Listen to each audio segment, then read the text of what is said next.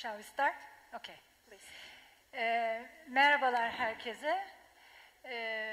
Bugün sevgili Charles Landry ile beraberiz.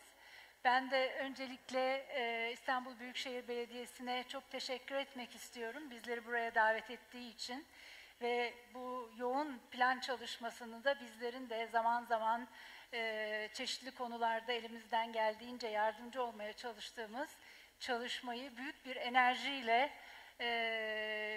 sonlandırdıkları ve çok heyecan verici bir belge ortaya çıkarmakta gösterdikleri gayret ve emekler için hepsini kutluyorum. Burada olmaktan da çok mutlu olduğumu söylemem lazım. Beni tanımayanlar için önce kendimi tanıtmakla başlayayım. Benim ismim Zeynep Enlil. Yıldız Teknik Üniversitesi Şehir ve Bölge Planlama bölümünde öğretim üyesiyim. Yaklaşık 30 sene falan oldu herhalde bir Yıldızlı olalı beri. Ama aslen Orta Doğu Teknik Üniversitesi mezunuyum filan. Yaratıcılık ve kültür endüstrileri, yaratıcı endüstriler alanında çalışmışlığım var. Aslında bu alana girmemin de müsebbiplerinden bir tanesi sevgili Charles Landry'dir esasında. Kendisiyle uzun bir dostluğumuz var. Sene 2005 yanılmıyorsam. Bilbao'da bizim ISOCARP'ın bir kongresinde tanıştık. Orada da keynote'tu. Ve kongrenin konusu Creative Economy'di yanlış hatırlamıyorsam. Charles da Creativity ve Creative City üzerine çok etkileyici bir konuşma yapmıştı. Ve ben de böyle kendimi bu alanda çalışır buldum ondan sonra. İşte bir ders açtım. Burada dersimi alan bazı eski öğrencilerimi görüyorum. Tabii bu Creative City hem bir yandan böyle çok heyecan verici, hepimizin hoşuna giden yaratıcılık kimin hoşuna gitmez ki değil mi? Yaratıcı olmak, kültür alanında etkin olabilmek, kültüre erişebilmek filan bunların hepsi çok heyecan verici ve bizim geliştirmek istediğimiz konular. Ama bir yandan da 80'lerin neoliberal dünyasını düşündüğünüz zaman 80'lerin, 90'ların neoliberal dünyasında kültürün, yaratıcılığın da araçsallaştırıldığını, kentlerde bizim o iyi niyetle, pırıl pırıl böyle düşüncelerle yaklaştığımız sonuçlar yerine hiç de arzu etmediğimiz sonuçları da olduğunu görmüş olduk. Bunların başında tabii bir soylulaşma etkisi geliyor biliyorsunuz. Ve tabii bu konuya biraz eleştirel yaklaşmak, dikkatli olmak gerekiyor. Bu yaratıcılığı bir kenara atacağımız anlamına gelmiyor tabii ki. Ama bu tür etkileri de bilerek, öngörerek yaklaşmak herhalde plancılar olarak bizlerin de bakış açısının temel taşı olması gerekiyor diyebiliriz. Şimdi bu konuyu biz başlığı Charles'la birlikte düşünürken İstanbul'un mottosundan yola çıktık. Başkanın sıklıkla ofise geldiğinden, iktidara geldiğinden beri diyelim, kullandığı çok özetleyici aslında ve çok çarpıcı bir slogandı. Adil, yeşil ve yaratıcı bir kent olarak İstanbul'u tahayyül ediyordu. Aslında adil dediğimiz zaman tabii adalet çok şeyi kapsıyor. Yani arkadaşlarımız bize Burcu'da sabahleyin anlattı, dün başkan da uzun uzun keyifli bir biçimde anlattı. Planın öngörüleri, vizyonu sadece bu 3 slogandan ibaret değil elbette. Ama ortaya koydukları o 7 vizyon ne diyelim komponentinin her biri bu 3 sloganın içerisinde yerini buluyor. Adil dediğimiz zaman toplumsal adaletten bahsediyoruz. Mekansal adaletten bahsediyoruz değil mi? Çok geniş bir kavram aslında. Kapsayıcılıktan bahsediyoruz, içericilikten bahsediyoruz, katılımcılıktan bahsediyoruz. Adil dediğimiz zaman birçok şeyi kapsıyoruz. Yeşil dediğimiz zaman sadece parklardan, yeşil alanlardan, bahçelerden söz etmiyoruz elbette. Ekolojiden söz ediyoruz değil mi? Kentin ekolojik şeyini korumaktan, doğayı korumaktan söz ediyoruz. İklim değişikliğinden söz ediyoruz. İklim değişikliğine karşı nasıl önlem alacağız, bununla nasıl savaşacağız, bundan söz ediyoruz aslında yeşil dediğimiz zaman. Tabii böyle çapraz kesen konularda muhakkak ki oluyor. Yaratıcı dediğimiz zaman acaba neden bahsediyoruz? yaratıcı bir ekonomiden bahsediyoruz galiba, değil mi? Biraz öyle anladık. İşte teknokentler, teknosemtler diye koydu başkan. Dün az önce Tarık Hoca da aktardı biraz bu, yani yaratıcılığı ve onun kapsadığı sektörleri toplumun geniş kesimlerine yaymak. Hani o daha elitist bir noktada sıkışıp kalması değil de bunu hakikaten eşitlikçi, adil bir kent tahayyülünün gereği olarak herkesi kapsayacak şekilde kente yaymak gibi bir bakış açısı var galiba. Ama yaratıcılık da aslında sadece yaratıcı ekonomiyle bağlantılı bir şey mi? Ya da yaratıcı kent dediğimiz nasıl bir şey acaba? Biraz yani bunları belki açacağız Charles'la birlikte. Charles da yaratıcılık kavramının belki de sadece ekonomi olmadığını, belki sadece kentin mekansal özellikleriyle ilintili bir şey olmadığını, belki çok daha geniş bir konsept olduğunu aktaracak bize zannediyorum. Onun adına ben konuşmayayım tabii, şimdi ona şeyi vereceğim. Ama Charles hakkında çok konuştum. Charles Landry'yi herhalde hepiniz az çok tanıyorsunuz. Kısaca kendisinden de bahsedeyim. Bir kent bilimci, kentlerle çalışan, kentlerin yaratıcı kapasitesini ortaya çıkarmakta, onlara bir arkadaş, bir yol gösterici olmayı hedefleyen ve bu yaratıcı kent nosyonunun da, kavramının da ortaya atan kişi esasında ve bu konuda da çeşitli yayınları var. İşte The Art of City Making or Creative City, I forgot. Ondan sonra işte son olarak mesela Creative Bureaucracy'den söz ediyor. Bu bence çok yenilikçi bir konsept. Hani bunu biraz belki tartışmak lazım. Yaratıcı bir bürokrasi. O yaratıcı bürokrasi yerel yönetim içinde bir şey söylüyor. Hani diyoruz ya burada işte vizyonu koyduk ortaya, ilkelerimiz belli ama önemli olan bunu nasıl hayata geçireceğimiz. Aksiyon önemli, değil mi? O aksiyonu da yerel yönetim olarak yaratıcı bir şekilde hayata geçirmenin belki de anahtarları olacak.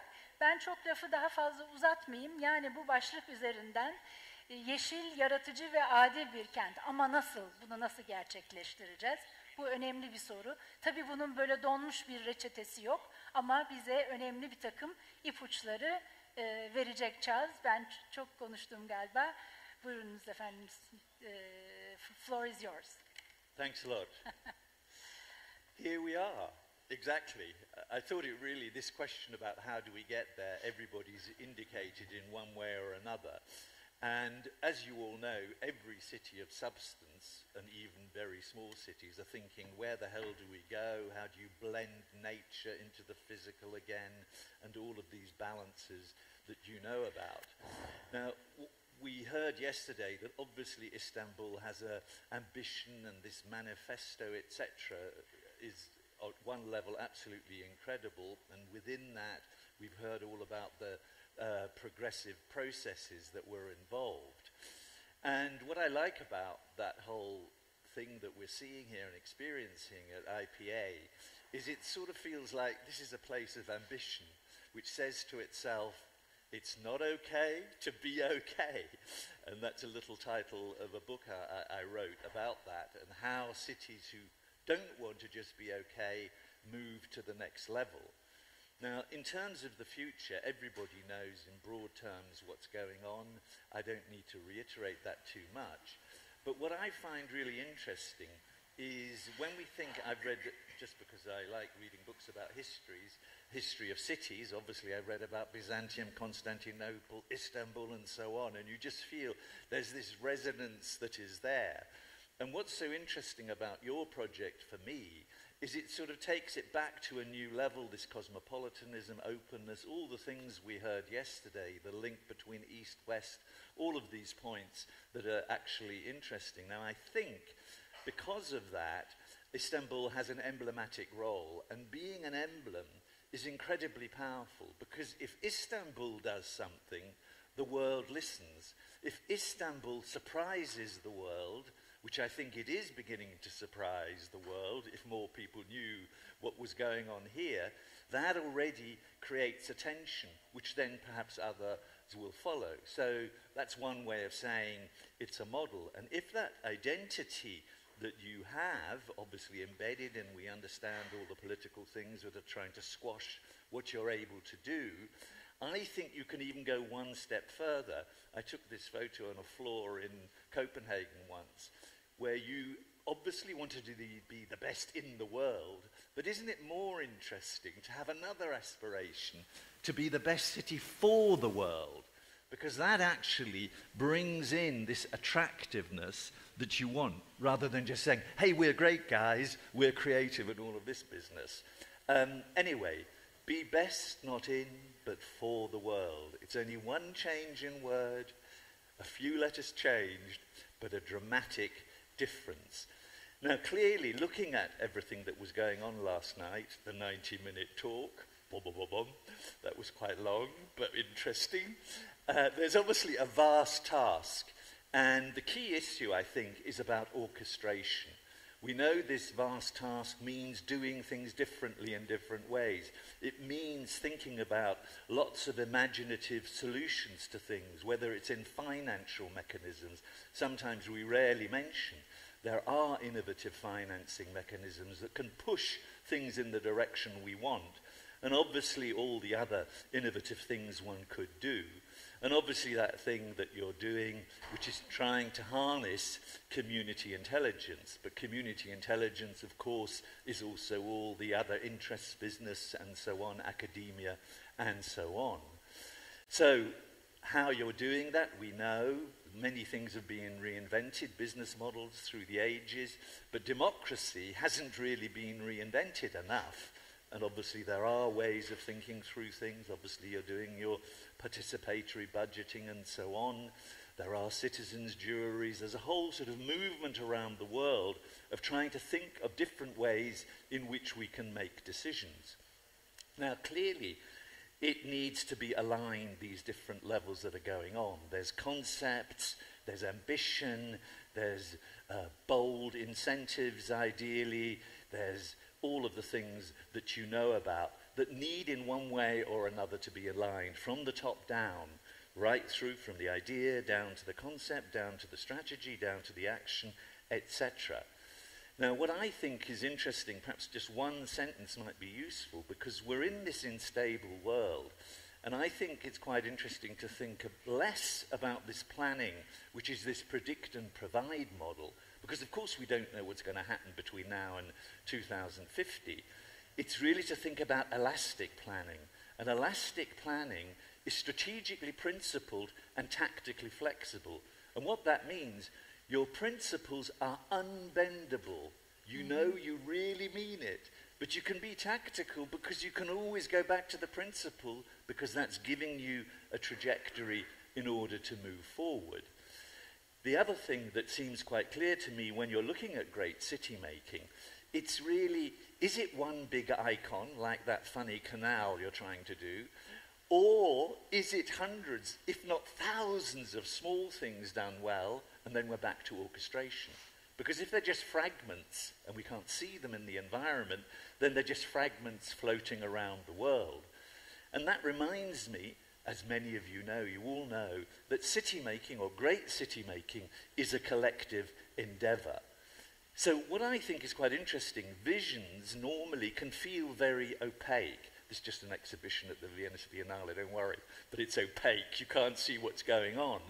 And this really is a major, one of my main points, is the communications challenge to express that in a way that gets beyond the interest groups that are here, they're all very educated, etc., and to make the invisible visible.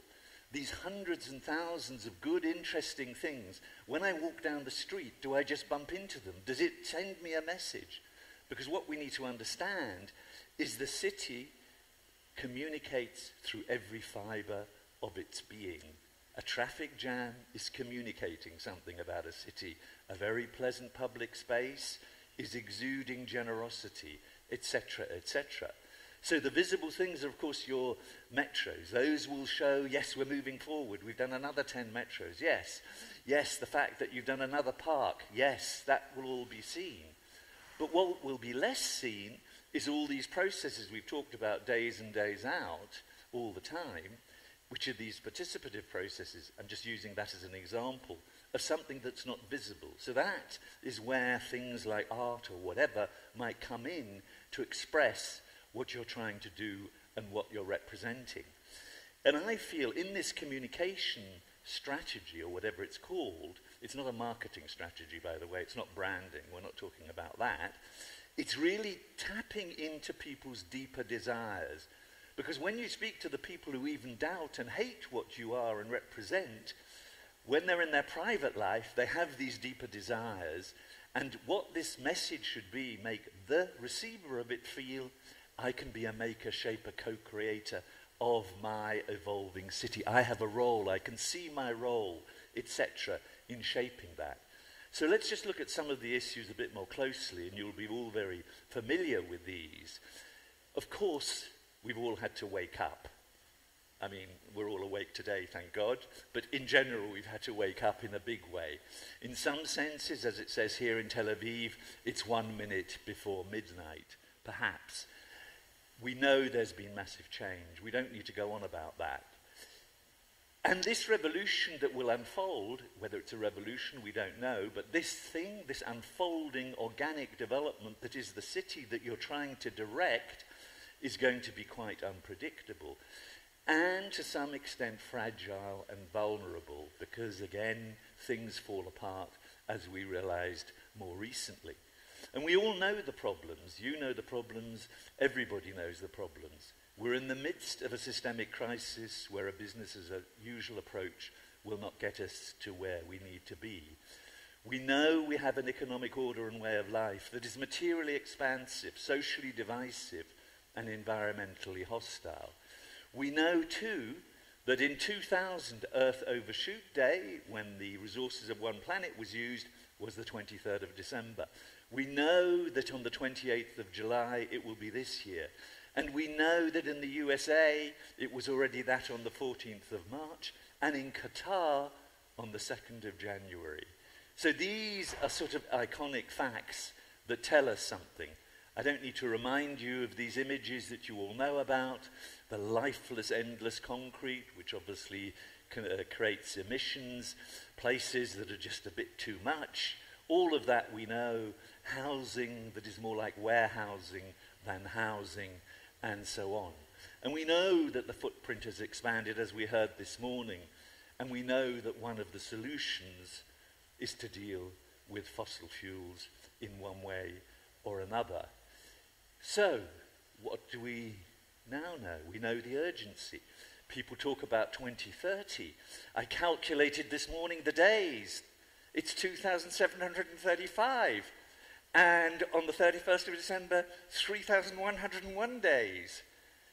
So, what are we going to do? 30 100-day sprints where something's going to happen 30 times that is measurable, we can see what's happening in order to get somewhere there? I know you've got your 2050 and you want a few more sprints, but nevertheless, that's sort of the urgency. And the trigger for change is often a viscerally felt, sometimes it's a wonderful thing that happens, but mostly it's a viscerally felt crisis. And just near where I live, there's a public artist. Every 3 weeks he puts up a word, and this was luckdown rather than lockdown. But because we're talking about creativity, we take a different approach and we say it could be more positive. There might be an opportunity in the crisis in some sense or another. And what that's all revealed is, again, this emphasis that it's not only climate change, it's something bigger than that. So, and we all know the concepts and reframings. They've been mentioned all the time. It was just interesting. Many people didn't even know that the 1972 Club of Rome report, sustainability, I'm so bloody old. Greg, you're younger than me. You were a tiny toddler then. But that's one. Placemaking. Placemaking, by definition, is a difference from urban development. Placemaking is an integrated process where the hard and the soft and all of that comes together. Or if you add to the word urban planning, healthy urban planning. Planning that makes you well rather than planning that makes you ill. or the notion of mobility as an enabler of human development, rather than thinking of mobility only as the car. If you think of it in that way, the car and all these other things are just the devices that help that expansion of people's potential and create, perhaps, seamless opportunities. We know the shifts, cities of proximity. You know, Carlos Moreno will talk in a minute. I won't say anything about the 15-minute city. We know the circularity, circular economy thing, and donut thinking, Kate Rayworth. We know all of these things. And we know also there's a massive battle going on in different areas about thinking beyond GDP and revaluing what is value. What do we value? We know all of those things. And the SDGs, of course, and the other global arrangements, which I won't mention, and the masses of campaigns that exist, all pushing in this same direction. But often it's only fragments. So we also know that most of the answers that they exist. This is just a picture from We Make the City event in Amsterdam, which has all the words we want. We want a vibrant, circular, it's city, we want an inclusive, what else do we want? We want seriously smarter, climate-proof. So all of these things have been discussed, measured in one way or another. And we know that places, this is the World Urban Forum, saying we need a new paradigm. And all a new paradigm means is changing the way we think about something.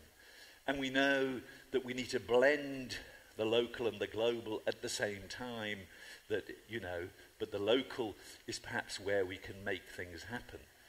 We know some of the examples. You know, if you just look at cities around the world, you can see randomly the superblock in Barcelona that reduces emissions by 25%, but it needs to be 95% by 2030, as in Oslo with their climate budgeting. So everything is budgeted through a climate account. Or Amsterdam's Donut City set of projects. There are 200 of them, many small, doesn't matter, but they collectively add to something. And we know, and this is Carlo Ratti's thing, the Hot Heart in Helsinki, how energy is saved. It's a fantastic project which is about to happen very shortly, or to start very shortly. And we know too that places like Singapore, who plant more trees than Kuala Lumpur, is 5 degrees cooler than Kuala Lumpur, which is relatively nearby. I know there's water nearby in Singapore as well, but that's quite dramatic, that climate difference. And of course we want smart technology to be a servant rather than a controller. And that breakthrough, I don't need to describe, into that digitalizing world has done lots of things. But some of the smart technologies, I find it quite interesting. You know, this is a very familiar picture which I stole from somewhere, I don't know where. Anyway, car, da-da-da-da. Hey, electric cars are so fantastic, but it's the same amount of cars. Hey, autonomous cars are also fantastic. It's the same amount of cars. So what's changed? Nothing has particularly changed at all. So obviously we do want to, and I'm obviously positive about technologies when it's done right. It can help that whole sharing thing. I don't need to mention that. And that is very familiar too. And it obviously has made the world a smaller place where we can connect easily, we can be local and global, we can be here and there simultaneously, which feeds transactional possibilities and so on. And we know too the data challenges that you can't hide from big data, the privacy issues, all of which are on the agenda. And perhaps the big issue might be, could be, is, for me at least, culture. That thinking culturally, I don't mean art, I mean the broader sense, determines what a place is like. And creativity can shape its life. So you could say that creativity is a form of oxygen, a form of air, or something like that. But this transformation project I think we're discussing today is actually itself a cultural project, because it's about values, mindsets, habits, attitudes, skills, etc., etc., etc. So in that sense, it's a cultural project. But that, again at Tel Aviv, I seem to be going around Tel Aviv taking graffiti, is not our operating system. We think often it's only that art thing, that's something at the edge. But it's central if you look at the different ways capitalism works in different countries around the world.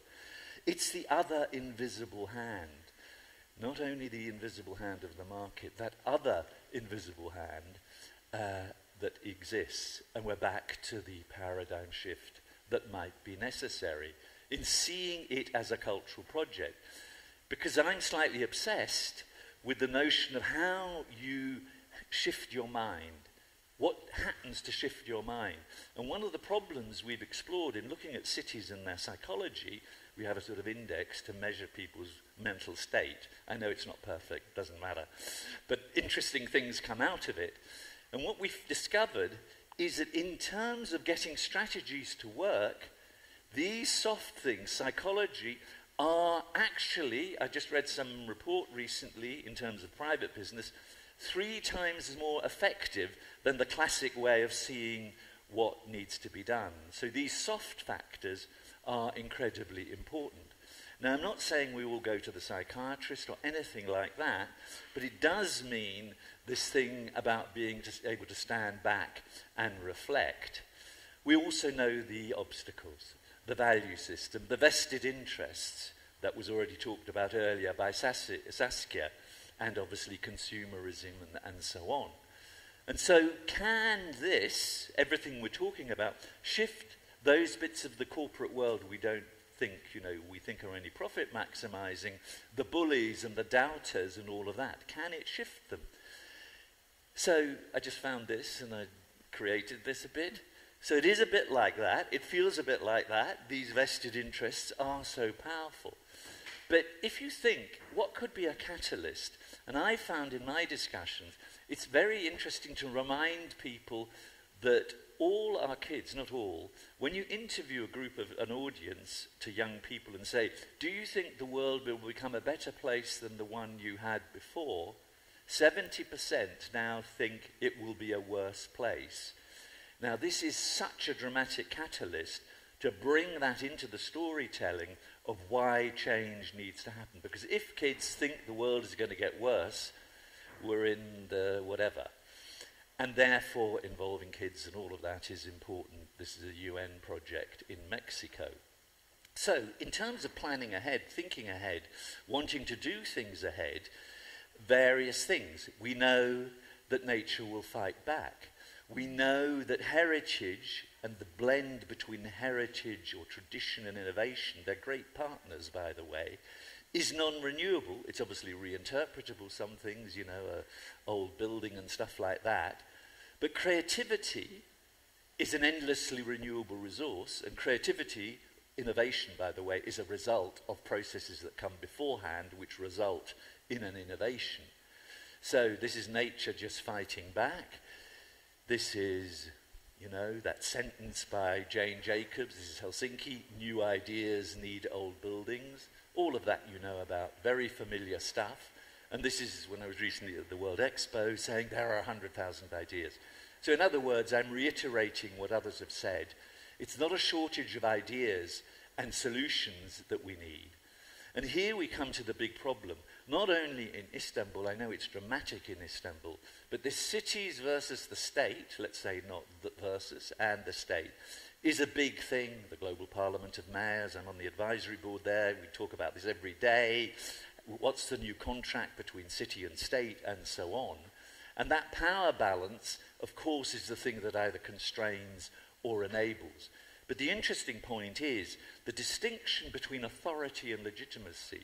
The state mostly, and I know the state here is a bit of, is obviously, to some extent, creates the overarching rules and regulations regime. But legitimacy is much more in cities because they're closer to citizens, and this is the if mayors rule the world argument by Benjamin Barber, that they need to get rid of the rubbish. We can see the problem here. We need to deal with it. We can show we can deal with it. It's a smaller entity. Now, one powerful catalyst, and I knew this wonderful woman who unfortunately died, Polly Higgins, is actually the ecocide law. And that nearly got through the Court of Justice in The Hague, and now about 40 countries are considering that. That basically means that if you're damaging the environment, the first case was with Shell, you are committing a crime. Now, I'm just using that as one catalyst. There could be many other catalysts, but it's quite dramatic. Now, that reminds us that city making is a contested art, because everything we're talking about, there's going to be conflict about this. So perhaps the planner is a different sort of animal. Perhaps the planner is not a land use person who looks at the things from the side, from the air. The planner is a new type of person who has communication skills, mediation skills, and so on. In dealing with this classic problem, the regeneration of Zurich, the Renaissance Hotel comes up. The one artist who won't let their building be destroyed says resistance in the same writing. Classic dilemma of the developing city. And gentrification is not all bad. You know, if you've got a shitty area and someone wants a local cafe, of course let them have a local cafe. They want to watch the world go by as anyone else, but there are, of course, problems. Now, there are levers, there's a portfolio of possibilities, yet can it shift this big thing, this systems change that people talk about, and shift it to bigger picture purposes, is the question. So is there a plan B? Can there be a plan B? And I believe there is another city as possible. Certainly in our imagination, we can see it, we can feel it, we can imagine it, and we can feel it as a potentially compelling story that meets our desires. And that city would be, and I call it the city 3.0, it could be 4.0, it doesn't matter, it's a number, is physically transformed, it's more walkable, it's all the things that have already been discussed. It might look like that, it might not look like that. That's not really London in reality. It might be that. This is an old picture of Paris, the old and the new innovations together. But what that does, that place, the culture of that place, has a different operating dynamics and the way it manages itself. And the great rethinking of the last 30 years and the next 30 years is the interesting question. The last 30 years, we know what that was about. We're living it now, in the present. It did lots of stuff about mobility and so on. But the intent, is it driven by ethics and principles or only land value or the property logic? In essence, city making is actually about property prices. I mean, I may be simplifying and someone will correct me in a minute, but it is really very much partly about that. Now, to subvert that and to have the courage to work against it, to put the incentives in place, requires some form of courage. So, perhaps Istanbul develops its own success index that includes, obviously, domestic product and all of that, but it includes lots of other things that have already been discussed. And that reminds us of a city, to all of us. What are we bringing to that city? Can we as a city think beyond ourselves, our own self-interest? You know, when some people do good things, then they get diselected and so on. And obviously what I'm implying is a 360-degree way of working, thinking, acting, and planning. And that combines knowing about hardware, infrastructure, all of these things, the software of a city, which is not only tech, but also the activities and stuff, and combining also within that the organizational thing. I'm only using the word orgware because it's software, hardware, orgware, horrible word, by the way. So, and then is a big question for cities, is this city, this Istanbul, a city of projects, or is the city a project? Very easy to say, but again, it's a big shift. So is it like this, these are all the bits and bobs, or is it like that? Is all of it being seen as a connected whole? And that's, of course, ultimately about things like collaboration, getting out of your box and silos, all of these things that you know about. But there's one thing I think is lovely, and I'm calling it the hidden glamour of procurement. Procurement sounds so dull. How am I going to procure this road? How am I going to procure this? How am I going to get this? Who, though, am I going to ask to deliver the services? Is it some major corporation, or is it, in this case, perhaps this is a UN idea, women or something? Could it be disadvantaged groups? That is a major, obviously, lever. It's just one lever, but the criteria we put into procurement is something that can guide you towards that 2050 thing. And obviously you want practical projects that you can see in the world that drive energy and motivation, which is why I think Istanbul is such a special place. And I'm giving you a mad example. This is 300 meters, I mean, if you extend it, in Berlin, on the river, skyrise everywhere. They squatted this land. A Swiss insurance company foundation bought the land for them. And there's a completely different form of development there. That's a kindergarten there in the back and so on. I'm not saying you do this in Istanbul, but I can tell you one thing. This place is too busy. So there are alternative models of thinking through things. And competitions and awards as galvanizers. I'm not going to talk about that because one aspect I think Greg might mention is the Olympics. But I'm just reminded of the 2010 thing that happened here. And did you do it well enough to use that event as a galvanizer? Did it leave a legacy? Many, I believe, felt no. So this is another chance that you may have. And we know also the leadership and management models. In our Creative Bureaucracy Festival, we give awards, and we gave it to this notion of humble governance from the Finnish government. And what that does is let's say education, you have an education system, the teachers are listening to the students. As they're listening, they're partly also changing the curriculum because they're humble. They know nothing's perfect. So they're principled, they know the educational goals, but they're flexible in the way they develop the curriculum, and it is applied to other things as well. And of course, as you all know, openness is the accelerator. And when you contrast a company has an R&D department, so it can do things, it can fail, they're testing. We obviously need a version of that in cities. It's so difficult to have that because we never know exactly what works. And there are many examples. The Başakşehir Living Lab is an excellent example in Istanbul. So that's all about this stuff. Of course, this is Finland, if it says the word sauna there. But anyway, so there we are. And do the recipes that we've got here, do they really scale up? Do they create critical mass? Do they create a tipping point? Many of us will say, unfortunately not. But what I do think, is it enough to be more just, because we want to be creative and trying to be just, more green or more creative? Is that enough? Well, to some extent, I think it's as much as we can do. Reimagining a library or a park or any facility that you're talking about, an incubation centre, whatever, a business park or so on, nurtures, as it says here, the conditions for readiness, for being ready for a system shift, and builds, obviously, in that process of seeing something different and operating differently in the real world, obviously gives confidence and so on. Now, one of the things I'm always asking myself, and 10 years ago I perhaps, anyway, the relevance of resistance, this is an interesting point. Why not? Again, this artist near me, why not? Well, Extinction Rebellion was founded in my local cafe, so that's actually quite interesting. Now, they've obviously changed slightly their strategies and so on, but they're determined at which point are the boundaries of what's allowable reached and which not. So I think that needs to be in play.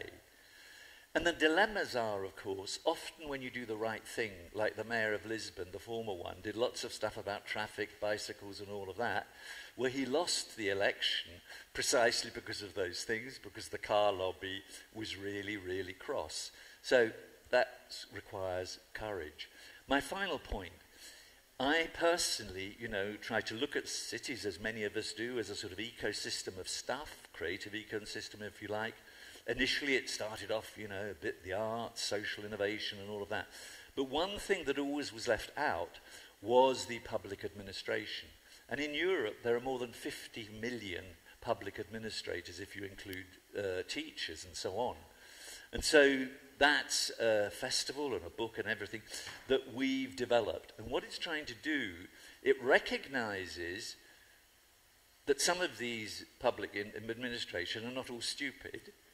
And secondly, that they're fighting often against systems which are legacy systems that they can't really operate. And we celebrate the innovations that happen, that untangle, unscramble problems, that look at rules and regulations in different ways, do projects that inspire and so on, that use the digital in creative ways to get feedback loops and so on, etc., etc.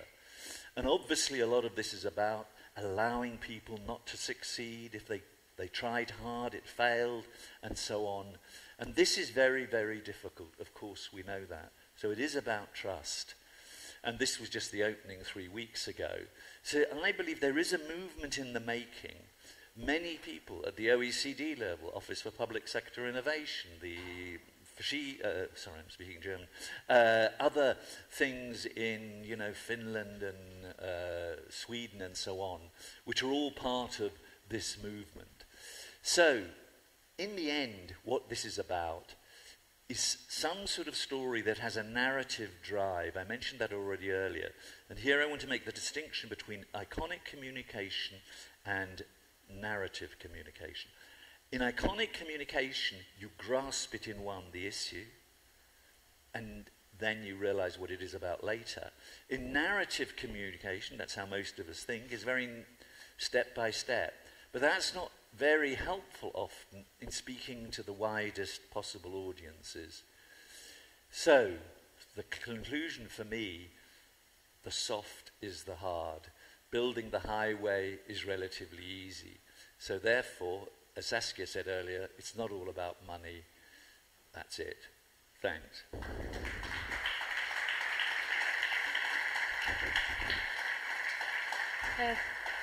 Thank you, Charles, for this very inspiring talk.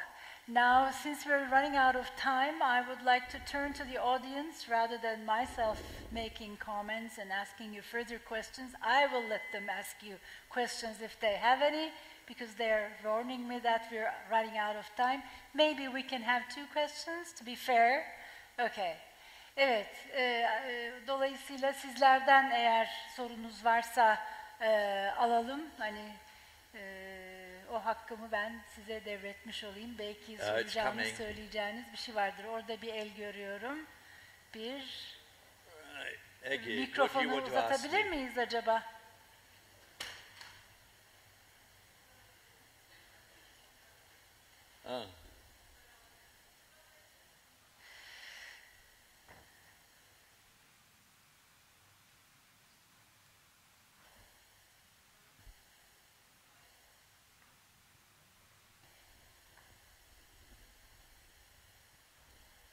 Shout.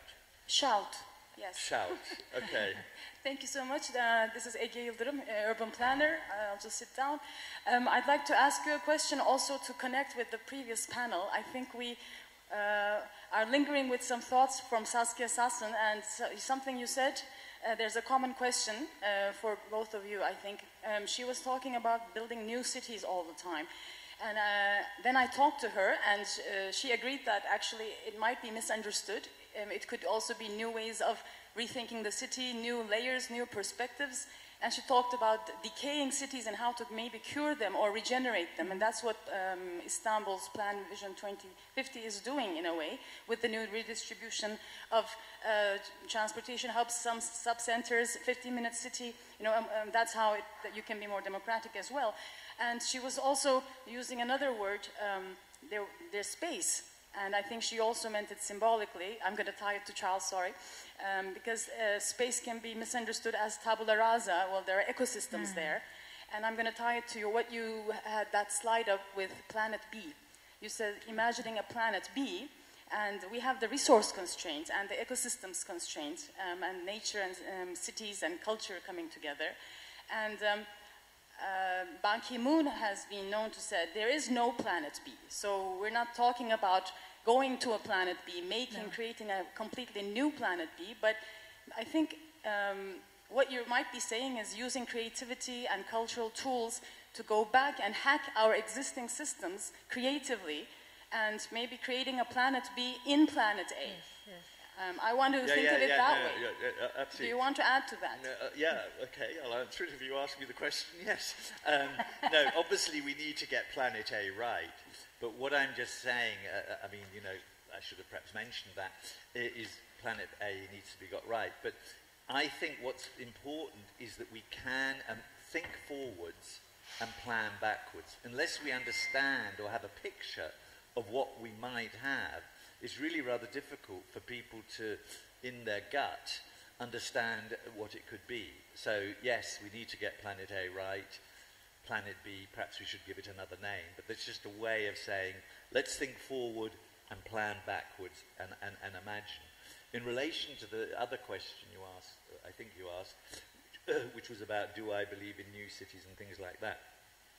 I think you certainly, the very big megalopolises of this world are largely dysfunctional from the lived experience point of view, and therefore you've got a number of choices. Either you seek to contain them, and this often creates problems, you know, London, the green belt, people want to break the green belt and let it expand outwards. But I do think there's an element of containment, but you can also, to some extent, within an existing structure, take elements, areas, sub-cities and stuff like that, and make them feel more contained. You know, I'm just thinking of Tirana, where they've got the 2 million trees around the centre of the city. I mean, they're just doing it in one bit, but you could imagine variations of that to segment them out. And I'm sure Saskia then also would know that you can then look at other places, given digitisation, etc. Other places that are 100 miles, kilometres away, can also be just as satisfactory because you don't need to go into the big city all the time. So there are ways of using space and place in a different way, I think. Thank you. Bir soru daha vardı galiba orada. Evet.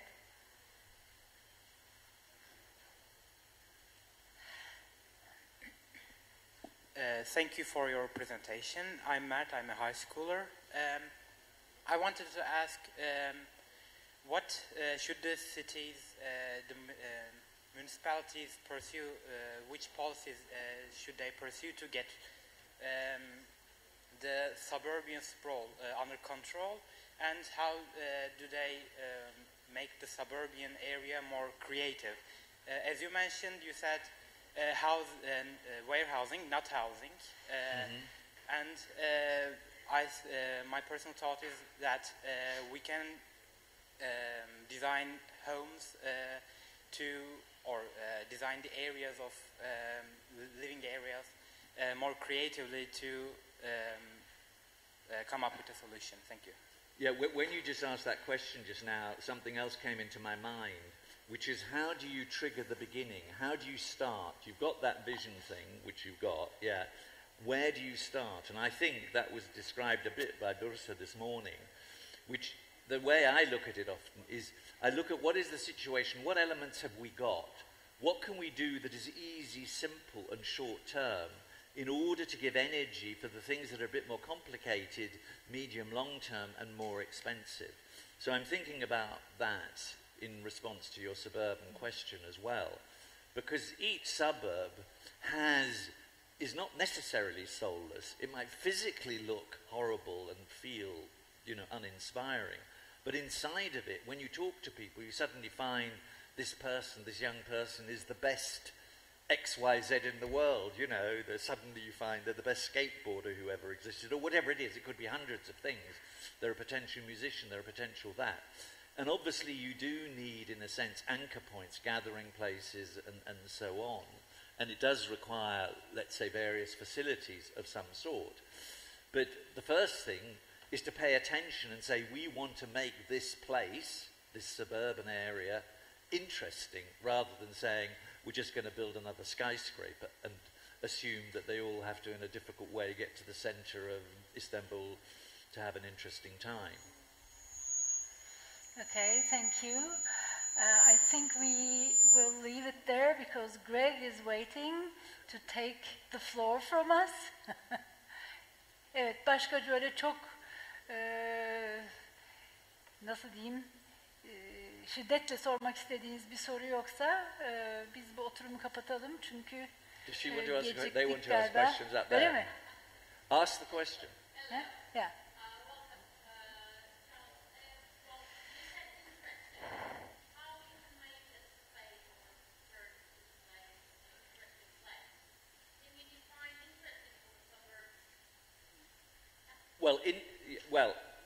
Obviously, the difference between a space and a place is something, a location that is imbued with meaning. That's the difference between space and place.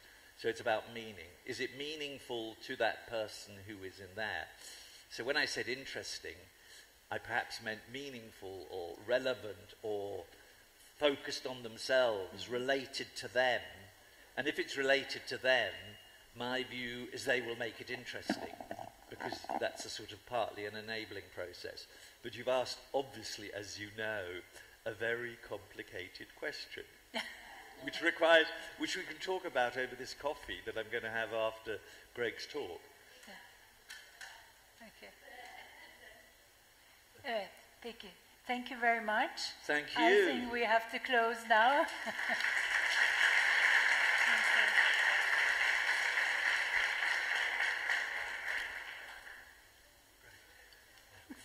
That was good. Yeah. Fotoğraf mı çektireceğiz? So we have a last photo together before Greg comes in. You can come also.